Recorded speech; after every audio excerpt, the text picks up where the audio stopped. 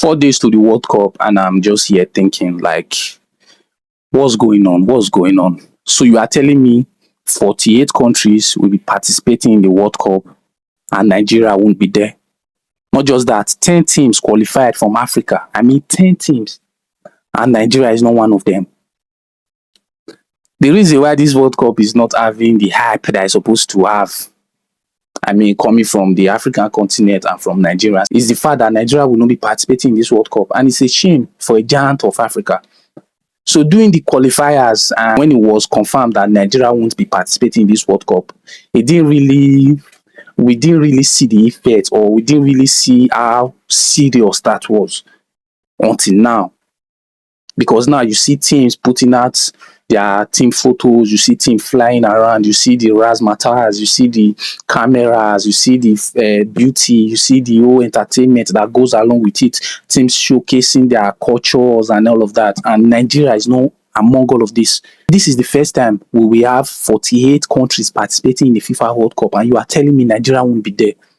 A country with one of the best strikers in the world won't be participating in this FIFA World Cup. Man, it's crazy. It's crazy. I won't lie. It's a reality that we need to get used to. And on the other hand, when I look at it, I say maybe it's a good thing we didn't qualify for this World Cup, because we've seen over the years, football has always been a uniting factor and sometimes a distraction to us as a nation when it comes to addressing the issues we have at home.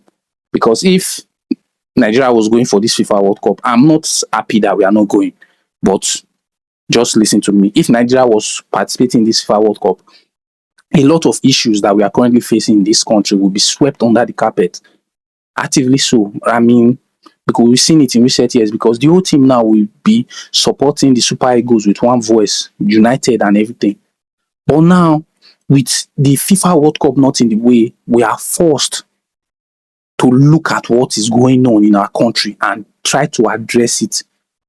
And I'm happy for that fact only. I'm happy because, yes, this football won't be a distraction for us this time. You won't see, oh, we are all putting our weight behind Super Eagles. That's why we don't want to attend to the insecurity. That's why we don't want to attend to governance and all of that. You won't hear those statements now. But on the sporting aspect, it's a disgrace that a country like Nigeria, a team like Super Eagles, with the talents, with the players we have, we are not participating in a World Cup that we have 48 countries. A World Cup that we have 10 countries representing the continent of Africa. Nigeria is not there. So you are telling me Nigeria is not top 10 in Africa when it comes to football?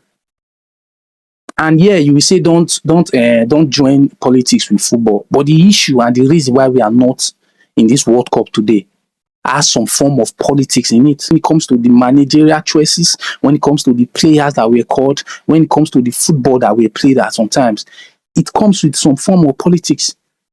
Look at the time we decided to get it right by bringing in a manager that is a bit capable, Eric Chair. It got worse. I mean, it was towards the end. We needed just one more win. And look at the point, we brought in a manager that was capable enough to take us to the World Cup. It got too late. We've played around with so many games. We've wasted good opportunities. Had some dubious results, some dubious draws and losses against teams we shouldn't be losing or drawing to. And that's the same thing we are facing in this country. Priorities are misplaced.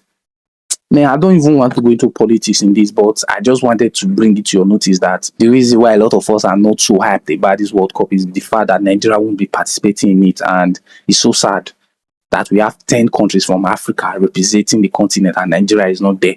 And if you look at our recent international friendlies, you see that these Super Eagles teams are playing very well.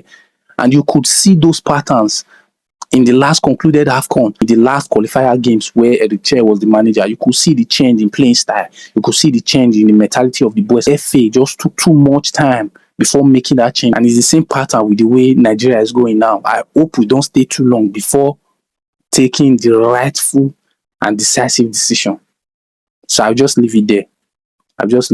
It's so sad that I won't be watching Nigeria, but we'll still enjoy the World Cup all the same.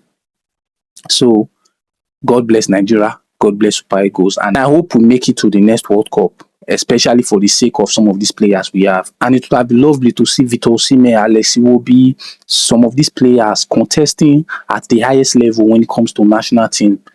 Competing at the World Cup is the highest level when it comes to national team football.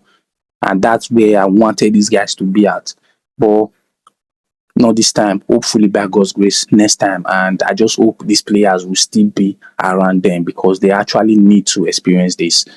And well, no problem.